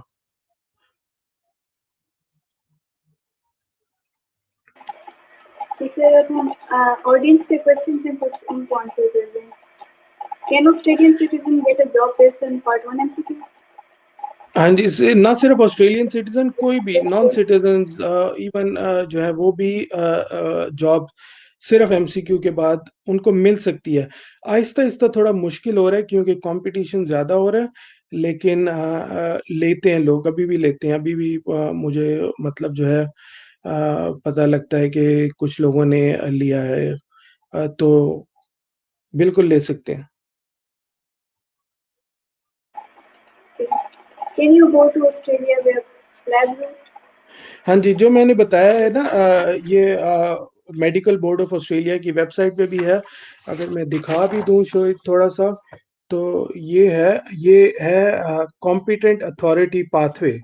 इसमें लिखा है कि क्या क्या आपने वेस्टर्न एक्सपीरियंस किया हो तो जो है उससे आप जा सकते हैं। ब्रीफली जो है प्लैब के थ्रू अगर आपने जाना है तो आपका प्लैब के सारे पार्ट्स पास होने चाहिए, और आपने या तो सक्सेसफुली फाउंडेशन ईयर 1 कंप्लीट किया हो, या फिर आपने 12 मंथ सुपरवाइज ट्रेनिंग जो कि उनकी इंटर्नशिप इक्विवेलेंट है वो पास की हो, तो फिर आप अप्लाई कर सकते हैं और आ सकते हैं उस पाथ से।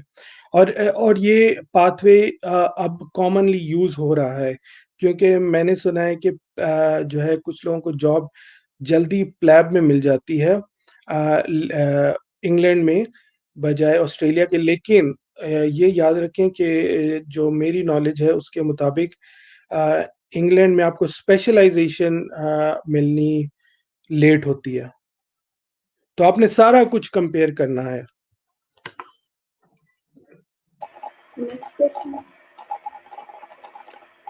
Please guide us about jobs with MC in MSW. हाँ जी, एनएसडब्ल्यू है न्यू साउथ वेल्स। तो ऑस्ट्रेलिया में तकरीबन 7 सूबे हैं, जो है उनमें न्यू साउथ वेल्स जो है एक मेन सूबा है, और स्टेट है, सॉरी। और जो है उसमें आपने थ्रू जितने भी स्टेट्स हैं ऑस्ट्रेलिया में, उनमें जॉब जो हैं, एक तो ईयरली कैंपेन होते हैं कि मतलब जो कि 2-3 महीने चलते रहते हैं, कि मतलब अराउंड मई से लेके जुलाई अगस्त तक अगले साल के लिए। और जो है साल के बाकी महीनों में भी जॉब्स एडवर्टाइज होती रहती हैं। जो है अगर आपका जो ये बात कर रही है न्यू साउथ वेल्स कैंपेन, जो कि अभी जारी है, जो कि आजकल खुला है, इस फ्राइडे तक मेरा ख्याल है उनकी क्लोजिंग डेट है। तो वो एप्लीकेशंस ले रहे हैं अगले साल की जॉब्स के लिए, जो जिनको अगेन अगर आपके पास रिसेंसी ऑफ प्रैक्टिस है, आपका अच्छा एक्सपीरियंस है, तो हो सकता है आपको एएमसी 1 के बगैर बाद ही जॉब मिल जाए। लेकिन कुछ लोगों को एएमसी क्लिनिकल का भी इंतजार करना पड़ता है। रिसेंसी ऑफ प्रैक्टिस बहुत इंपॉर्टेंट है कि आपका गैप ज्यादा ना हो।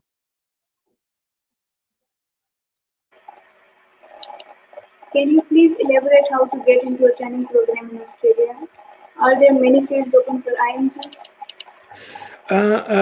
ऑस्ट्रेलिया में जो है टेक्निकली सब फील्ड्स ओपन है। वो ये नहीं कहते कि अगर आप पाकिस्तानी हैं तो आप इस फील्ड में नहीं आ सकते। कुछ फील्ड्स का क्राइटेरिया ज़्यादा टफ है, कुछ का कम टफ है। बेसिक जो मैंडेटरी रिक्वायरमेंट है सब फील्ड्स की तकरीबन, वो है कि आपने जनरल रजिस्ट्रेशन एप्रा के साथ लेनी है। एप्रा, जैसे मैंने बताया, जो है ऑस्ट्रेलिया का इक्विवेलेंट है पीएमडीसी का, Australian health practitioners regulation agency. General registration लेने के बाद आप रेलेवेंट कॉलेज को अप्लाई करते हैं, और जनरल रजिस्ट्रेशन आपको मिलेगी जब आपके दोनों एएमसी पार्ट पास हों और आपने कम से कम 1 साल काम किया हो ऑस्ट्रेलिया में। तब आपको जनरल रजिस्ट्रेशन मिलेगी, तब आप अप्लाई करेंगे रेलेवेंट कॉलेज को। रेलेवेंट कॉलेज आपका एक्सपीरियंस देखेंगे क्या है, और उसके अलावा आपको इंटरव्यू करेंगे, और जो है उसके बाद वो डिसाइड करेंगे कि आपको जॉब दें या ना दें। अगेन रिलेटिवली स्पीकिंग जो है कुछ फील्ड में ज़्यादा स्कोप है आईएमजीज के लिए, जैसे कि psychiatry, general practice, obs gynae, physician में भी है, और उसके अलावा जो है ये मेन फील्ड्स हैं जिसमें आईएमजीज का स्कोप ज़्यादा है।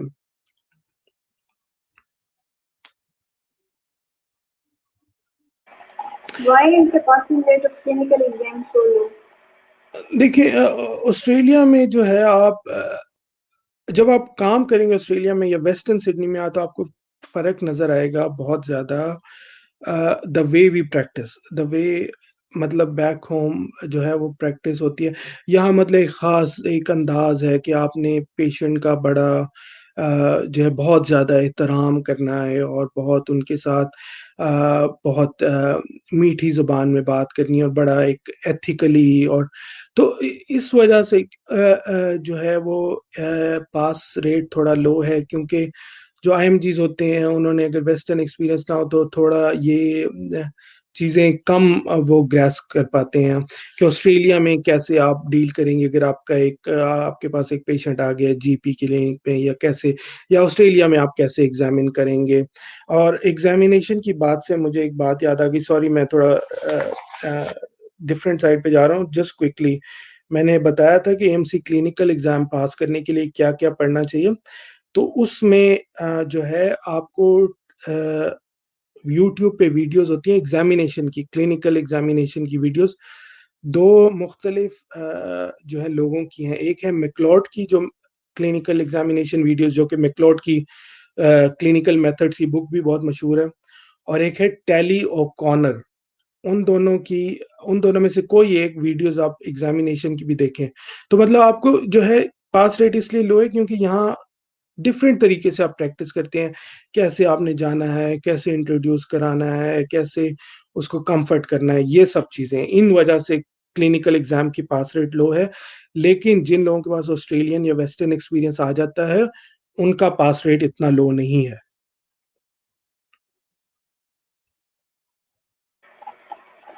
Can you please explain how Australia compares to USA in terms of surgery residency? अच्छा, मुझे एग्जैक्टली आइडिया नहीं है अमेरिका में सर्जरी रेजिडेंसी क्या है और कैसे है और कितनी competitive है, तो इसलिए शायद मैं आपको सॉरी जवाब इतना क्लियर ना दे सकूं। अगर आप मुझे कुछ दिन का वक्त दें तो मैं शायद आपके ग्रुप में दोबारा बता दूं। ऑस्ट्रेलिया में मैंने आपको बताया, ऑस्ट्रेलिया में थोड़ी टफ है आपको एंटर होने के लिए सर्जरी रेजिडेंसी। इम्पॉसिबल कुछ भी नहीं है, लेकिन ये है कुछ लोग 4-5 साल सर्जरी में काम करते हैं before they get into training. उसमें अगेन आपको रिसर्च, पब्लिकेशन चीज़ें जो है वो आपको दिखानी होती हैं कि मैं उससे जो है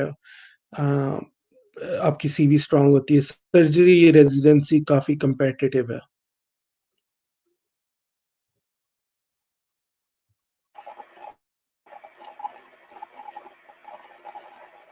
Can you please tell us if there are any challenges in getting a job after you complete your residency training? अच्छा, रेजिडेंसी ट्रेनिंग से इनकी क्या मुराद है? इनकी मुराद है एफसीपीएस की ट्रेनिंग कर ली है या रेजिडेंसी ट्रेनिंग से इनकी मुराद है ऑस्ट्रेलिया में काम कर लिया? मुझे ये क्लियर नहीं है। अगर तो इनकी मुराद है कि आपने जस्ट पाकिस्तान में एफसीपीएस ट्रेनिंग की है, एफसीपीएस ट्रेनिंग आपने अगर कंप्लीट किया है, एफसीपीएस पास नहीं किया, तो मतलब आपको स्टैंडर्ड पाथवे से ही आना पड़ेगा। अगर तो आपने ऑस्ट्रेलिया में एक ये एडवांटेज है कि अगर आपको पहली जॉब जब मिल जाए, जिसके लिए कुछ लोगों को थोड़ी मुशक्कत करनी पड़ती है, जब आपको पहली जॉब मिल जाए तो अगर आपके परफॉर्मेंस कोई एक्सेसिवली बैड ना हो तो आपको जॉब मिलती रहती है। आपको इस सिटी में नहीं तो उस सिटी में मिल जाएगी, इस फील्ड में नहीं तो दूसरी में मिल जाएगी। ये ऑस्ट्रेलिया की अच्छी बात है। मुझे आइडिया नहीं है कि इंग्लैंड, अमेरिका का क्या हिसाब है इस बारे में। तो ये है जब आपने चैलेंजेस यही है कि आपने जॉब पहली ढूंढनी है। पहली जॉब का बेसिकली मसला है ढूंढना। अगेन इसका ये मतलब नहीं कि मिलती नहीं है, कुछ लोग बड़े लकी होते हैं उनको बड़ी जल्दी मिल जाती है। ये मैंने आपको बताया जैसे कि recency of practice, research, publications, ये चीज़ें इम्प्रूव करती हैं और आपका वेरिड एक्सपीरियंस हो मुख्तलिफ फील्ड में। ईडी का एक्सपीरियंस अच्छा सीवी में लगता है कि उनको पता है आप इमरजेंसीज हैंडल कर सकते हैं।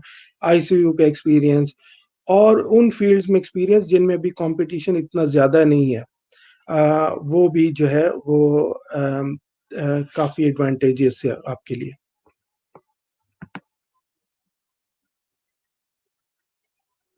जी, next question. Get your first job with MCA without नहीं, रेफरी चेक जो है वो आपका मस्ट है।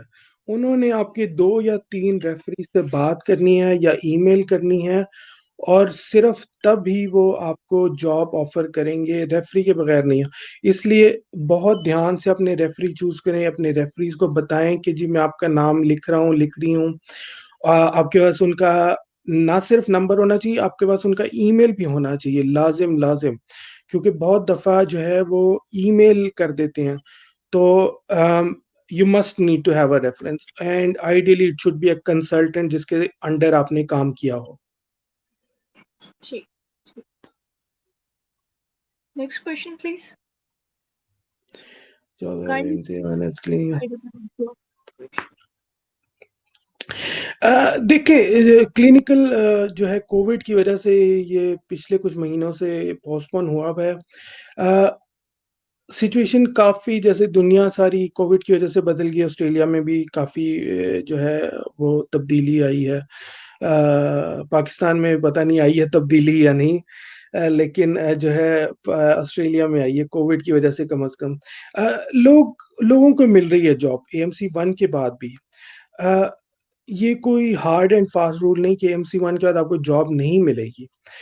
लोगों को मिल भी रही है, लेकिन कुछ लोग ऐसे हैं जिनको AMC क्लिनिकल के बाद भी नहीं मिल रही। लेकिन आपको मैं आप ये बताऊं कि मैं अक्सर रिव्यू करता रहता हूँ सीवीज वगैरह भी और भी जो है, तो मैं सिर्फ इस चीज को ब्लेम नहीं करूंगा कि जस्ट आपको AMC क्लिनिकल के बाद नहीं मिल रही। कुछ वजह होती है जो नहीं मिलती। कुछ लोग हैं वो बहुत ज़्यादा चूज़ी हो जाते हैं कि मैंने जी जॉब लेनी है तो सिडनी में ही लेनी है और कहीं नहीं लेनी है। एक ख़ास इलाके में ही लेनी है तो लेनी है, नहीं लेनी वरना। एक ख़ास फ़ील्ड में ही लेनी है वरना नहीं लेनी।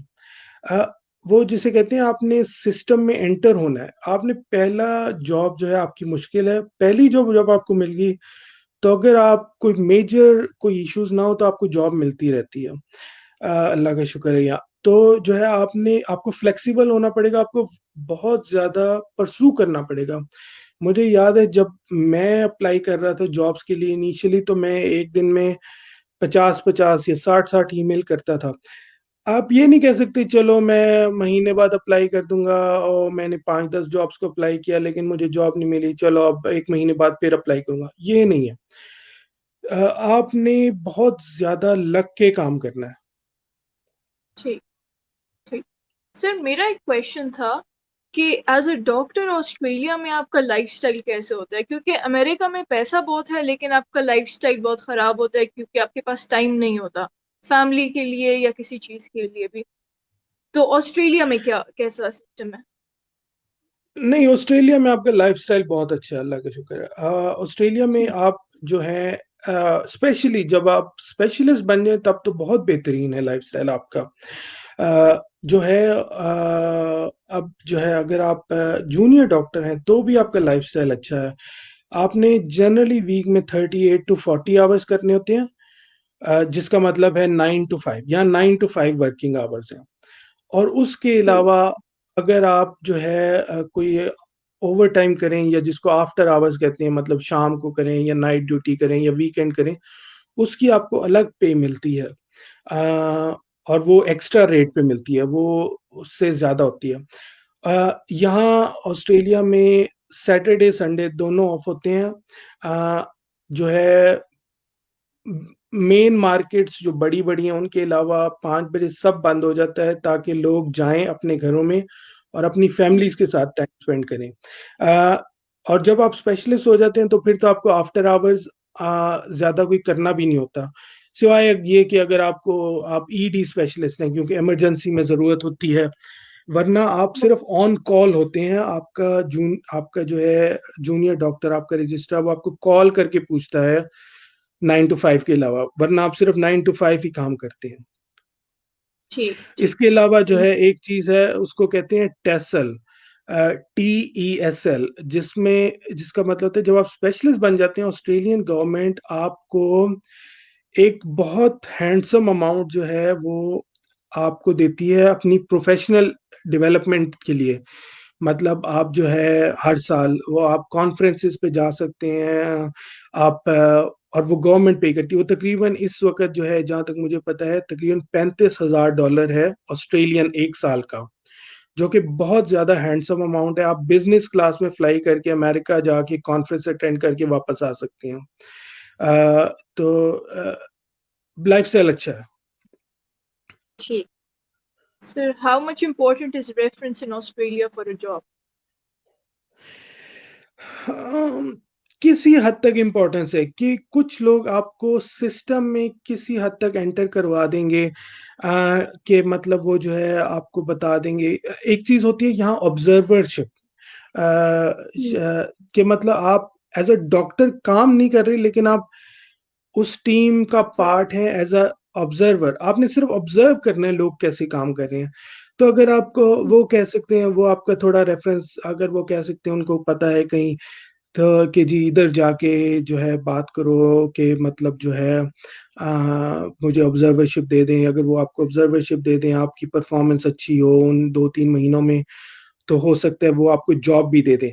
अ, डायरेक्ट जॉब मिलना रेफ़रेंस की वज़ह से थोड़ा मुश्किल है, क्योंकि मुख्तलिफ़ एजेंसीज़ हैं। सिर्फ़ आपने जॉब नहीं देनी, आपके पास रजिस्ट्रेशन भी होनी चाहिए APRA की। तो आपका कहाँ-कहाँ रेफ़रेंस होगा? ये है। ठीक। सर सिटीजनशिप का क्या है पीआर के बाद? सर मेरा पर्सनल क्वेश्चन है, पीआर फॉर एग्जांपल आपको मिल गई तो उसके कितने अरसे बाद आप सिटीजनशिप के लिए अप्लाई कर सकते हैं? अच्छा, ये थोड़ा-सा रूल्स चेंज हो रहे हैं, तो इसलिए मैं नॉट 100% क्लियर हूँ, लेकिन आपको पीआर जो है तकरीबन 4 साल बाद मिल जाती है। नहीं, सॉरी, पीआर आपको मिल जाती है जब आपको जनरल रजिस्ट्रेशन ऑस्ट्रेलिया में मिल जाए। उसके मतलब पीआर का थोड़ा प्रोसेस होता है, उसमें आप अप्लाई करते हैं, उसमें जो है 12 महीने, कभी 18 महीने लग जाते हैं मिलते मिलते। तकरीबन आपको 4 साल ही लग जाते हैं, मतलब ऑस्ट्रेलिया में रहते हुए जब आपको पीआर मिलती है। उसके तकरीबन 1 साल बाद आपको सिटीजनशिप मिल जाती है। ये बेनिफिट है ऑस्ट्रेलिया का कि ऑस्ट्रेलिया में आपको सिटीजनशिप जल्दी मिल जाती है कंपैरेटिवली अदर प्लेसेस। ठीक।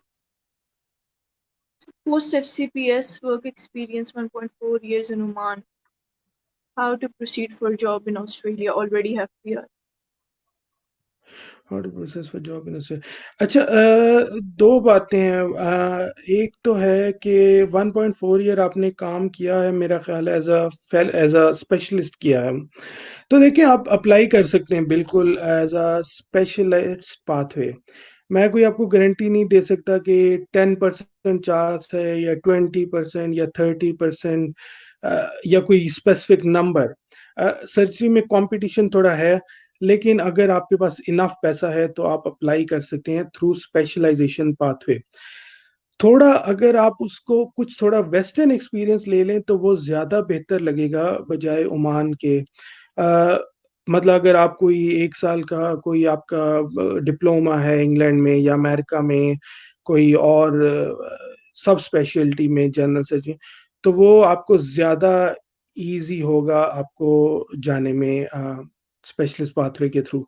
अदरवाइज आपके लिए जनरल पाथवे तो हर एक, सॉरी, स्टैंडर्ड पाथवे हर एक के लिए हर वक्त खुला है। अगर कोई स्पेशलिस्ट चाहता है कि नहीं मैं जो है स्टैंडर्ड पाथवे से जाऊं तो वो जा सकते हैं, उस पर कोई कतगन नहीं है। लेकिन सिर्फ ये है कि हर कोई अपनी फील्ड नहीं चेंज करना चाहता। मुश्किल काम है। अगर आपने सर्जन बन गए, अब आप सोचें कि मैं जो है साइकियाट्रिस्ट बन जाऊं, तो वो आसान भी नहीं है और वो आपकी इंटरेस्ट में भी शायद ना हो। ठीक। Please tell us how to get Australian references on CV if you have not worked in Australia, because people say it's good to have Australian reference. Is that true? किसी हद तक बेटर है, बट आई वुडेंट से कि ये deal breaker है कि अगर आपके पास पाकिस्तानी रेफरेंस है तो आपको जॉब नहीं मिल सकती, अगर आपके पास रेफरेंस है तभी जॉब मिलेगी। अ, अ, बात यह है कि आप किस तरह रेफरेंस ले सकते हैं। ऑब्जर्वरशिप से आप रेफरेंस ले सकते हैं। आप जाएं उस डिपार्टमेंट के हेड से बात करें, उस हॉस्पिटल के ह्यूमन रिसोर्सेज डिपार्टमेंट से बात करें, उनको कहें जी मैं बहुत इंटरेस्टेड हूँ मैं ऑब्जर्वरशिप करने के लिए। और अगर वो आपकी परफॉर्मेंस से खुश हों तो वो आपको अलाउ करते हैं कि आप उनका नाम एज अ रेफरी लिख लें।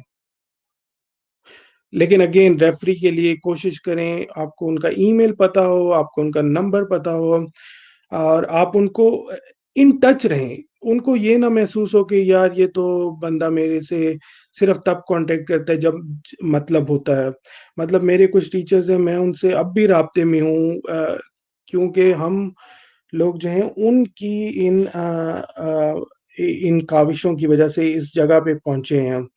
अम, जो है तो उनको भी ताकि पता हो कि जी जैसे सवाल किया है डॉक्टर तस्नीम ने, तो उनको पता हो डॉक्टर तस्नीम कौन है। ये ना हो कि उनके पास ईमेल आए कि जी आप रेफरेंस दे डॉक्टर तस्नीम का, तो वो सोचने लग जाए ये कौन सी डॉक्टर थी, इन्होंने कब मेरे साथ काम किया था। ये बात है।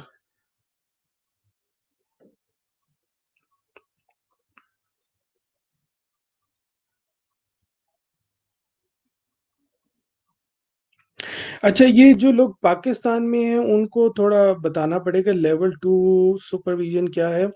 अ, ऑस्ट्रेलिया में जब आपको पहली जॉब मिलती है और उसके बाद भी कभी-कभी मुख्तलिफ लेवल ऑफ सुपरविजन आपको चाहिए होते हैं। लेवल 1 में आप जो है वो सबसे ज़्यादा आपको सुपरविजन मिलती है कि आप सिर्फ तब काम कर सकते हैं जहाँ आपको आपका कंसल्टेंट उस वक़्त उस जगह पे फिज़िकली मौजूद हो। मतलब आप जो है अगर आपका कंसल्टेंट या सुपरवाइजर उस जगह पे मौजूद ना हो फिजिकली, तो आप नहीं काम कर सकते। अगेन वो ही है तरीका। ज़्यादा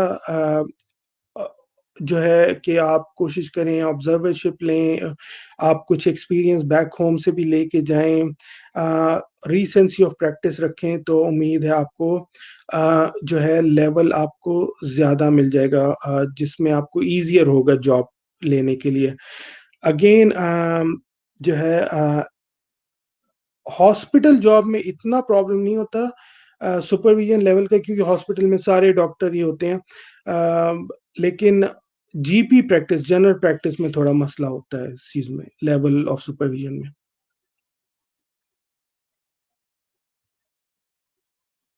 नेक्स्ट क्वेश्चन। ऑस्ट्रेलियन टूरिज्म अच्छा, अगर आप ऑस्ट्रेलिया में ऑन टूरिस्ट वीजा है, you can apply, there is nothing stopping you from applying. In fact it's a good practice, क्योंकि हो सकता है आपको इंटरव्यू मिल जाए, आप जाके इंटरव्यू दे दें, लेकिन वो डायरेक्ट कन्वर्ट नहीं करेंगे आपका visa to working visa.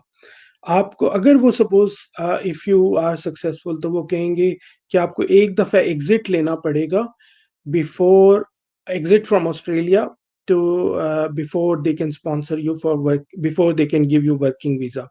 Yes, you can apply for job, and if you get it, they can sponsor you, but you would need to exit Australia once. वो आप चाहे न्यूजीलैंड जो करीब मुल्क है उसमें जाके एग्जिट कर लें, वो कोई ऐसा मसला नहीं है। If I am a surgeon and want to enter in psychiatry, job after MC1, how much it is easy as if I have not any psychiatry experience?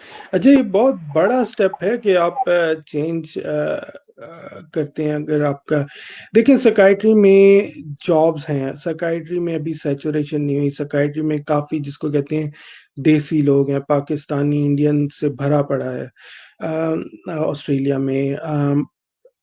अगर आपने जाना है साइकियाट्री में, तो आपने स्टैंडर्ड पाथवे के थ्रू जाना है, फिर आपने जो है करना है एएमसी एग्जाम्स पास करने हैं।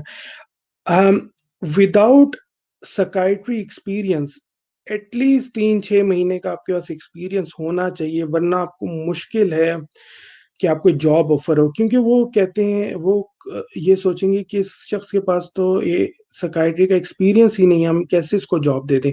ये ऐसे ही है कि मतलब आपने अकाउंटेंट रखना है अपना, तो अगर आपके अकाउंटेंट के पास एक्सपीरियंस ही नहीं है, तो उसको जॉब मिलना तो बहुत मुश्किल बात है। तो विदाउट साइकियाट्री एक्सपीरियंस बहुत मुश्किल है ऑस्ट्रेलिया में साइकियाट्री की जॉब मिलना। कम से कम 3-6 महीने जो है वो आपको होना चाहिए एक्सपीरियंस। जी।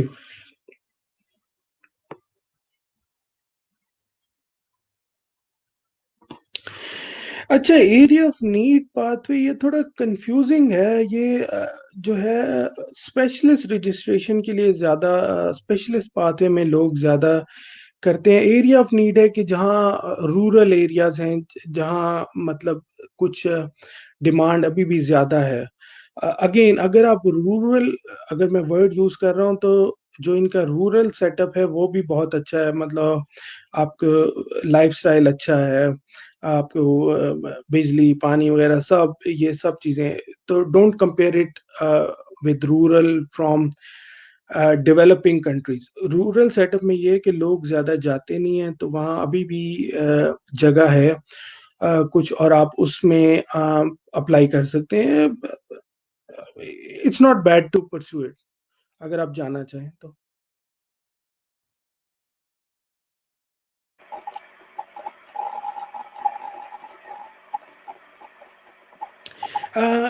सीपीटी पॉइंट और जो है सीपीटी कहते हैं कॉन्टिन्यूड प्रोफेशनल डेवलपमेंट को, कि मतलब आप जो है कोई जो है वो आप कॉन्टिन्यूड एक्टिविटीज कर रहे हैं अपने स्किल्स इंक्रीज करने के लिए, अपनी नॉलेज इंक्रीज करने के लिए।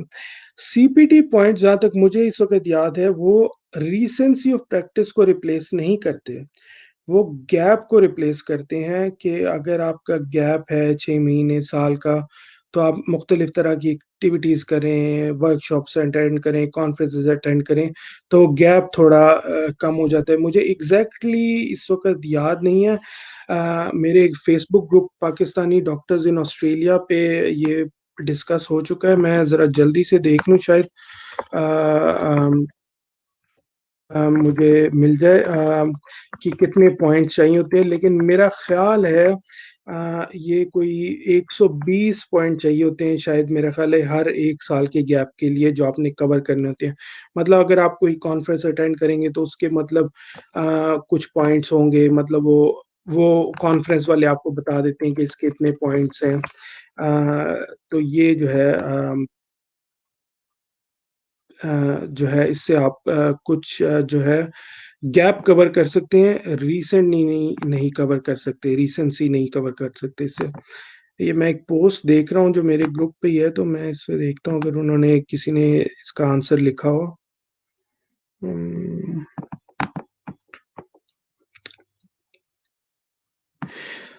अच्छा, आप नेक्स्ट क्वेश्चन पूछ लें, मुझे अभी तो ये मिल नहीं रही।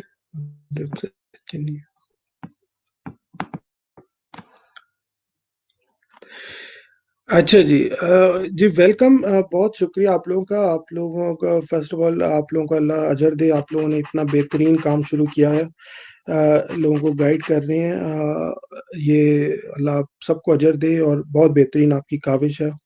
Again first make up your mind कि आप क्या करना चाहते हैं और फिर उस पे आप परसू करें। फुल हार्टेडली, हाफ हार्टेडली काम नहीं चलेगा, और कुछ भी नामुमकिन नहीं है दुनिया में, और कोई भी चीज़ एंड ऑफ द वर्ल्ड नहीं है। अगर आप कहें जी मेरा एएमसी पास नहीं हुआ तो मेरी सांस रुक जाएगी, तो ये नहीं होगा। आपकी ज़िंदगी चलती रहेगी। लोग पाकिस्तान में भी बहुत-बहुत पैसा कमा रहे हैं।